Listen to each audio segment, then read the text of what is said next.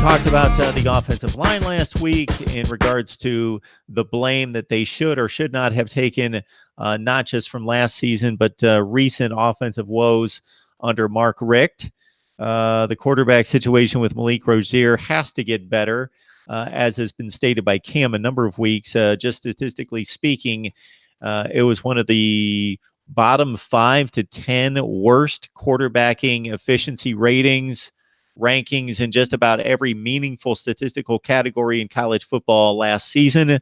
So if there's just marginal quarterback play, not great dynamic, doesn't have to be Kyler Murray, doesn't have to be a Heisman Trophy candidate, 60% thrower, twice as many touchdowns as interceptions.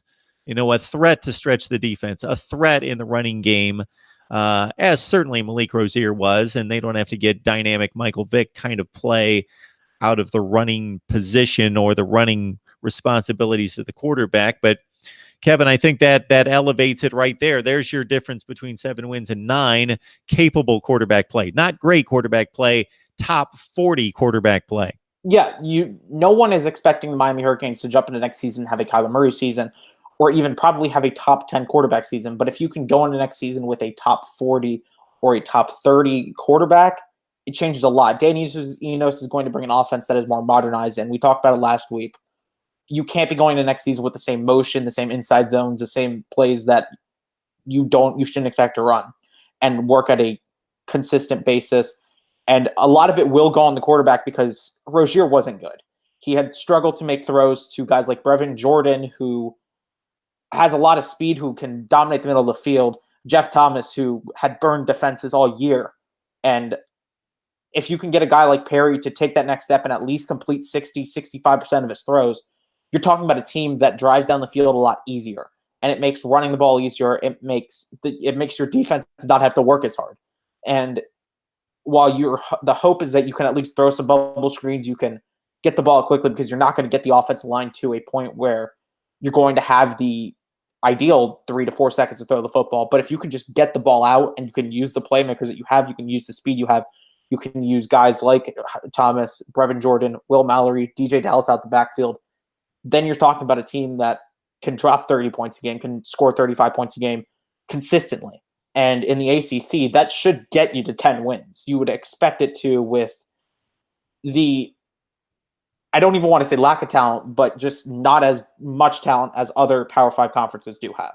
Kevin, do you feel this Florida game's a toss-up, or would you give the Gators a bit of an advantage right now? I think it's a toss-up. I don't see either team really taking the game by its horns and winning it to the extent that Florida had a great season last year. Miami had that same season 2 years ago. And while the talent for Florida is still there, you have Felipe Franks, who, in my personal opinion, is still one of the better quarterbacks in college football. I think this year he really does take that next step. The thing that hurts Florida is losing guys like Jordan Scarlett, and I don't think they lost Jordan Scarlett, excuse me. But I will say that I think Florida will actually win the game. I don't see Miami being ready enough for that week 1 game to take it. And I think that while you can sit there and say that Miami, with all the talent that they have and the defense that they had that was top 5 last year, arguably the best defense in college football, doesn't lose many players. You lose Joe Jackson, you lose a couple pieces from your secondary, you replace them pretty easily. I don't see how they can get ready alongside that offense to the point where they can beat Florida week 1. All right, it's MarkRogersTV, the voice of college football. Who's on the line? Hey, Mark, it's George. George, how are you? I just wanted to call in and say hi. Let me first warn Kevin that George is a Florida fan. I could tell by his profile picture it wasn't that. Okay. Kevin saw one of your 128 comments in the live chat. Okay. George, thanks for calling. It's been a while. Thank you very much. George, I don't even know what to say. I'm just grinning from ear to ear. I can't wait. They have beat us like 8 out of 9 times.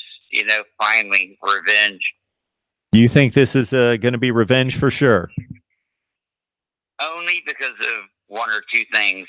Number one, Dan Mullen. Number two, Felipe Franks. Finally, we have leadership at the top. And Miami does too. But it's hard in your first year. I mean, if Miami could pull it off and beat us, more power to them. I'll take my hat off to them. But we're loaded. We're loaded. We're loaded. I will give you a 60% chance of winning. 60. We have the most senior team in the Southeastern Conference on offense. Not necessarily the most talented. For 4 years. Okay, you've got a senior-laden team. I know that you have some questions along the offensive line, so you might have some issues blocking that Miami defensive front. Mark, check this out. We had some guys injured and other people played. We have 77 games worth of returning starting hours in our offensive line. 77 games on the 5 guys that are going to start. They're not juniors. I mean, they're all juniors, and they've all played 77 games worth of football, starting or playing in real games. It's a lie what they're saying. George, I'm surprised you're actually bringing me statistics and facts. That's not like you. I read an article by Will. Will is smart. That guy Will that Dave on Gator Breakdown. Oh, they know what they're doing over there. He breaks it down, man. You know, we're tight with Dave. He does a great job at Gators Breakdown. Absolutely. I love Miami and Florida State so much. You know, it's my job to mess with them. Everybody wants to joke around. We're all joking around, but I really hope they don't lose it to anybody but us. Like, go beat all those other teams, man. I hate it when they lose to Pittsburgh or whoever, Boston College. They're in the ACC. It's embarrassing. George, I'd rather lose to Vanderbilt or Missouri. George, you're not going to like this, but we only have 5 likes and we've got 123 watching right now. What's wrong with that? You know, I blame that on Alphabet, the parent of Google. But I'm not going to talk about that no more. I'll probably get your channel shut down. Yeah, please don't do that. It's got to be rigged. It's got to be rigged. You know, everybody's hitting the like button. Man. Okay. Everybody loves you. All right. George, I appreciate the call. It's been too long, and I know that I got to do more call-in shows. It's been a long time since I've done one, but we are in the process, George. Look at this. Before I let you go here, this is just one small addition that I've made this week. I don't want to tell you how much money I spent this week on new equipment, so we just have to get it set up so we look better here. Good job, Mark. God bless you. Good job, man. All right, George. Now get that spinning Florida helmet up there like Dave has. I'm just messing with you, man. Talk to you later. How's that, George? Bye.